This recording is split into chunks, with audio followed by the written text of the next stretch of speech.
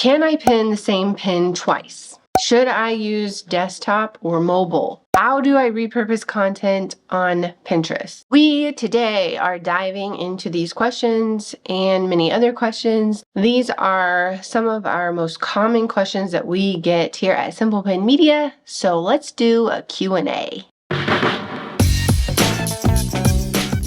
Hello, it's Tabby with Simple Pin Media, and we are here to help you effectively market your business on Pinterest. Okay, so let's get into it. These are questions we get quite often, either in our Instagram DM or email or in live webinars, town halls, things like that. So I've kind of gathered the most common ones and I'm going to answer those questions today. First question, can I take an IG reel and repurpose it for Pinterest Idea Pin? Yes. You can. However, you need to think about your audience on Pinterest and whether or not that reel that you are taking from Instagram or maybe even a TikTok is speaking to your audience on Pinterest in the right way. People on Pinterest have a different intent than they do when they go on Instagram or TikTok. They're trying to find inspiration for a specific thing, whether it be a product, an idea, a way to do something, whereas typically users on Instagram or TikTok are going there to get lost, to be entertained. So if you want to repurpose your Instagram Reels or TikToks for Pinterest Idea Pins, make sure it is high value for the Pinterest users. Is it something that's going to answer a question for them? Is it something that is going to inspire them?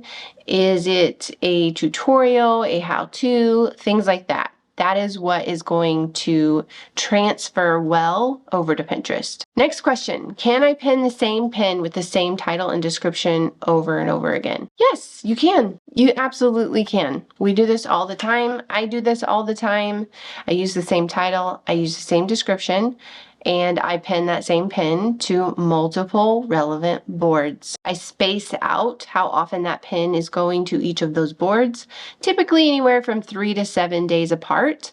Some people, they do 2 days apart. Some people do several months apart. But does it matter if you're using the same pin, same title, same description, and pinning it to different boards? No, go ahead and do that. Next question, what is alt text for pin images? This has gotten confused with keywording. It's for the visually impaired. It is to help explain what is actually on the pin image if someone can't see it or read it. So what should you put in the alt text section?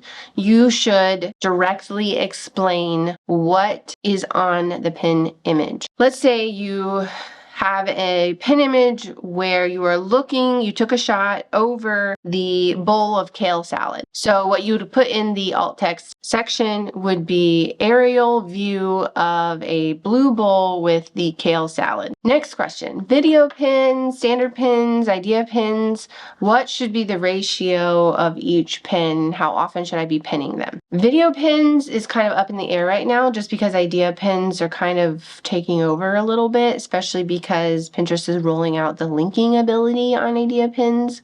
But if you have good video pin footage that you can use, I would say go for it. If you have footage to be able to create a video pin once a week, do it. For standard pins, it really depends on how much content you have. If you're creating content at least once a week and you have several years behind you, you could probably be pinning 10 to 20 even pins per day. Highly recommend a scheduler in order to keep up with that pace. If you don't have that much content, start with 1 a day and be consistent with that and try to work your way up to 5 a day. As far as idea pins go, I like to say anywhere from 1 to 3 idea pins a week. That's really going to depend on your capacity, how much content you have. Really, what I want you to think about when it comes to the various types of pins is that you want to diversify and you want to be consistent. Next question, how do I get more saves and or clicks on my pins? This is all about the visual appeal. One, you want to make sure you're getting your keywording right, and this is going to play into the algorithm. This way the algorithm kind of knows what you are talking about, who to put that pin in front of, the right audience. Then you want to make sure your pin image is grabbing the attention of your audience, because once that pin is in front of the right audience, that pin then needs to stand out from all of the other pins that is in front of your audience. You want that person scrolling to pick your pin. Is the image speaking to your audience to get them to engage with your pin? If you're creating your own pins,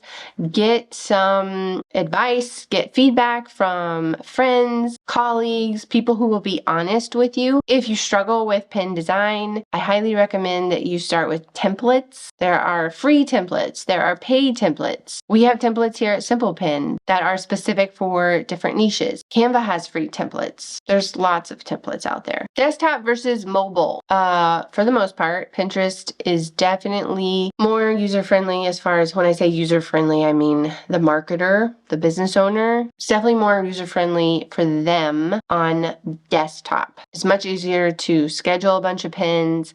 It's much easier to design pins. It's much easier to publish pins on desktop. However, with the release of idea pins, those are easier on mobile. There are more features available on mobile, and it makes sense because idea pins are more like the social media side of Pinterest. It's really difficult to manage your Instagram account on desktop. It's difficult to manage your TikTok account on desktop. They're all mobile centric. So if you're creating idea pins, go with mobile. If you are doing everything else there is to do with managing your Pinterest account for your business, go with desktop. This is a very common question. Are third-party schedulers okay to use?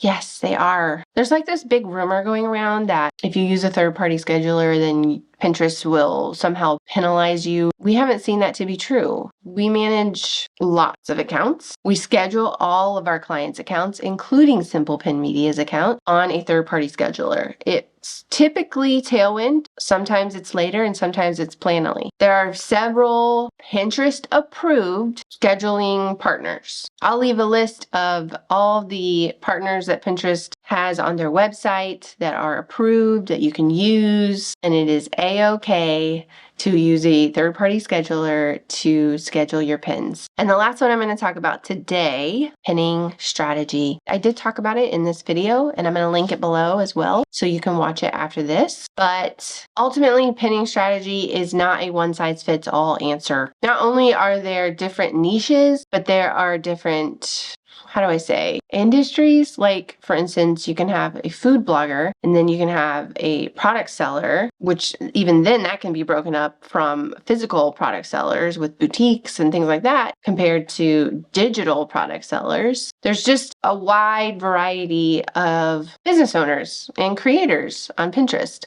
And so your strategy on Pinterest is going to be a little bit different from each other, and quantity is going to be different. How often are you creating content? Are you a physical product seller where you really only have like 4 times a year where you come out with something new? Or are you a blogger where you are creating content at least once a week? Those are all going to be factors in how you market your business on Pinterest. But I will tell you, as a general idea of what you can do, pinning strategy, all of that, would be to set a specific number every day that you pin. So for us at Simple Pin, with the amount of content that we have and that we create every week, we do 10 pins per day. And I use the Tailwind scheduler to get those pins out there. We also publish 2 to 3 idea pins per week. And everything is keyworded. Titles, descriptions, boards, profile. Just watch the video. I'll leave it here. See you guys next week. Boom.